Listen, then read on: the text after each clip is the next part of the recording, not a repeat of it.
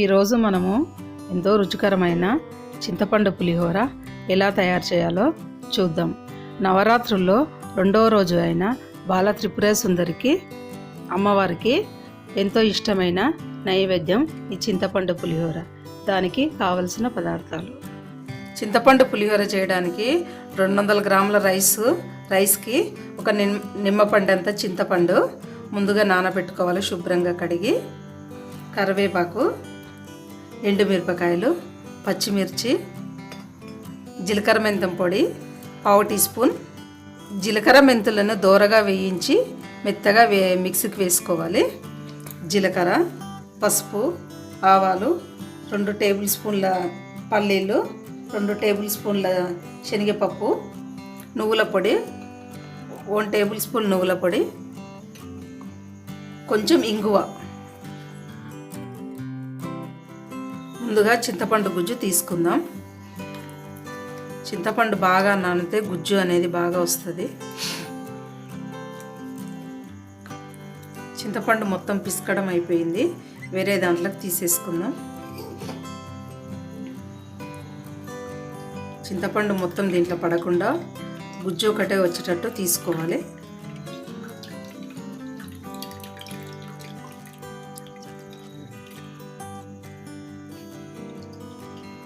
ఈ చింతపండులో ఇంకా కొన్ని వాటర్ వేసుకొని ఇంకా కొంచెం గుజ్జు తీసుకుందాం. చింతపండు గుజ్జు తీయడం మొత్తం అయిపోయింది. ఇదంతా ఒక చిన్న గిన్నెలోకి తీసుకున్నాను.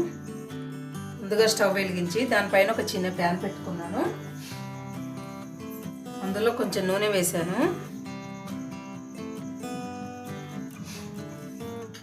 కొంచెం నూనె వేడైన తర్వాత ఎండుమిరపకాయలు వేసుకోవాలి.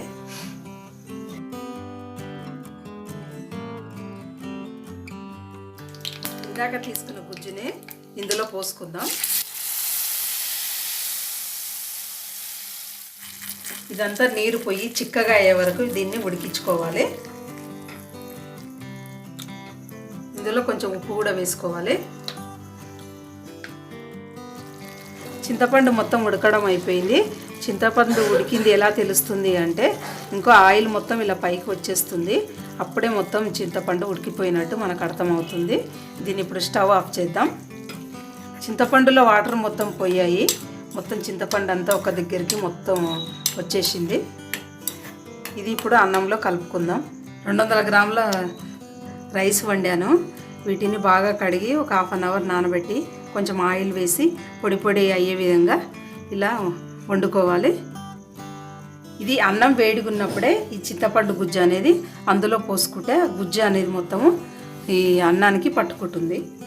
ఇప్పుడు దీంట్లో పోసేసుకుందాం.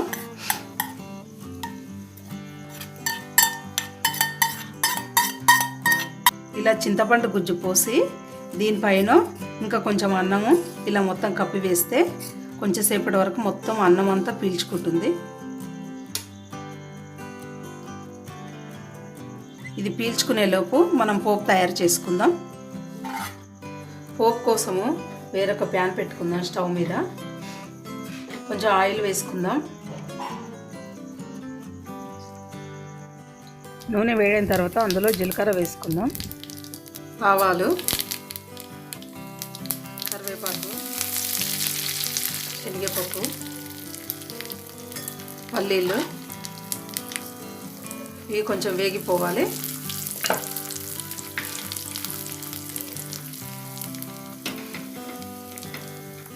ఇందులోనే పచ్చిమిర్చి వేసుకుందాం. కొంచెం పసుపు, కొంచెం ఇంగువ. వీటిని ఒకసారి కలుపుకుందాం. పోపు రెడీ అయిపోయింది. స్టవ్ ఆఫ్ చేద్దాం. ఈ అన్నంలో వేసుకుందాం.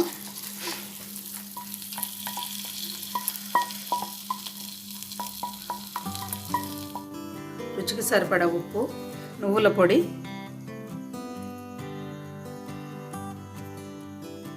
ఈ మొత్తం కలిసిపోయే విధంగా కలుపుకుందాం.